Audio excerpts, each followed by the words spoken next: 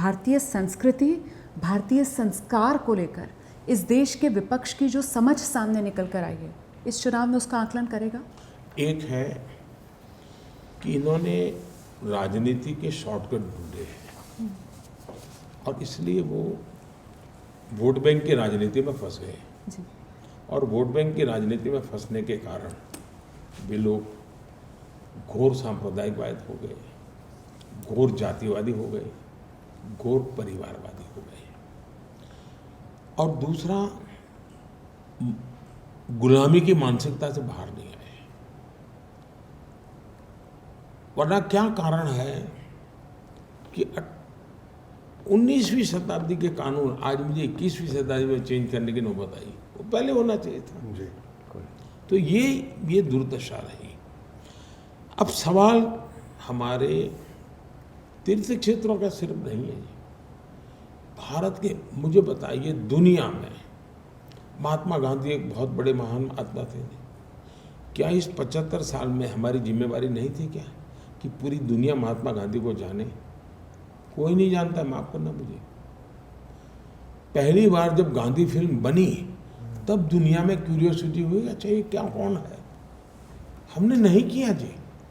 इस देश का काम था, अगर मार्टिन लूथर किंग को दुनिया जानती है, अगर हमारे साउथ अफ्रीका के नेल्सन मंडेला जी को दुनिया जानती है, गांधी जी किसी कम नहीं थे जी। और ये मानना पड़ेगा जी।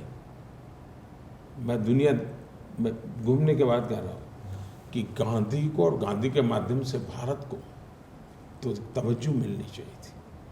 आज दुनिया की कई समस्याओं का समाधान में गांधी है जी। लेकिन हम गांधी को ले नहीं, तो हमने अपना बहुत कुछ खोया है।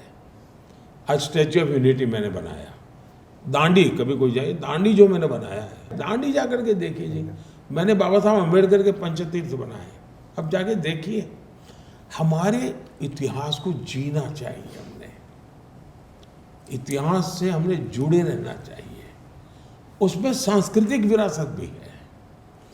दूसरा, इस देश को गर्व के साथ दुनिया में ब्रांड करना चाहिए था। 500 साल की लड़ाई थी, लेकिन जब अदालत ने जजमेंट दिया, यह देश के अंदर पूर्ण रूप से शांति रही। अब ये शांति कोई एक तरफा नहीं है, शांति के लिए उसके क्रेडिट सबको जाता है। हमने इसका ब्रांडिंग करना चाहिए, मार्केटिंग करना चाहिए था।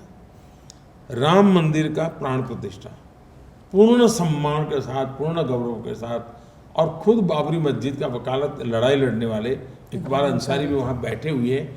ये देश है हमारा जी। हम उन चीज़ों को क्यों, अब कुछ लोगों को क्या होगा भाई, हमारी वोट बैंक को क्या होगा? आपने देखा होगा, और मैं तो चाहता हूँ, पहले ये चुनाव में मंदिरों में जाया करते थे, इन दिनों नहीं जाते हैं। इतना ही नहीं, इस चुनाव के दरमियान किसी पॉलिटिकल लीडर को आपने इफ्तार पार्टी में नहीं देखा होगा। क्या कारण है? आप लोगों ने इफ्तार पार्टियां इतनी की क्योंकि मोदी ने ऐसी स्थिति पैदा कर दी है कि तुम्हें ये नाटक नहीं चलेगा, जो सही है वो करो। दबाव बढ़ा है इन पर, उनको सारी गलत चीज़ें और लोगों को मूर्ख बनाने वाले जो कार्यक्रम थे वो छोड़ने पड़ रहे हैं। वरना यानी इफ्तार पार्टियां ने वो सबसे बड़े पॉलिटिकल इवेंट बन गए थे, इन दिनों बिल्कुल बंद हो गए। वरना चुनाव में तो सबसे ज़्यादा होनी चाहिए।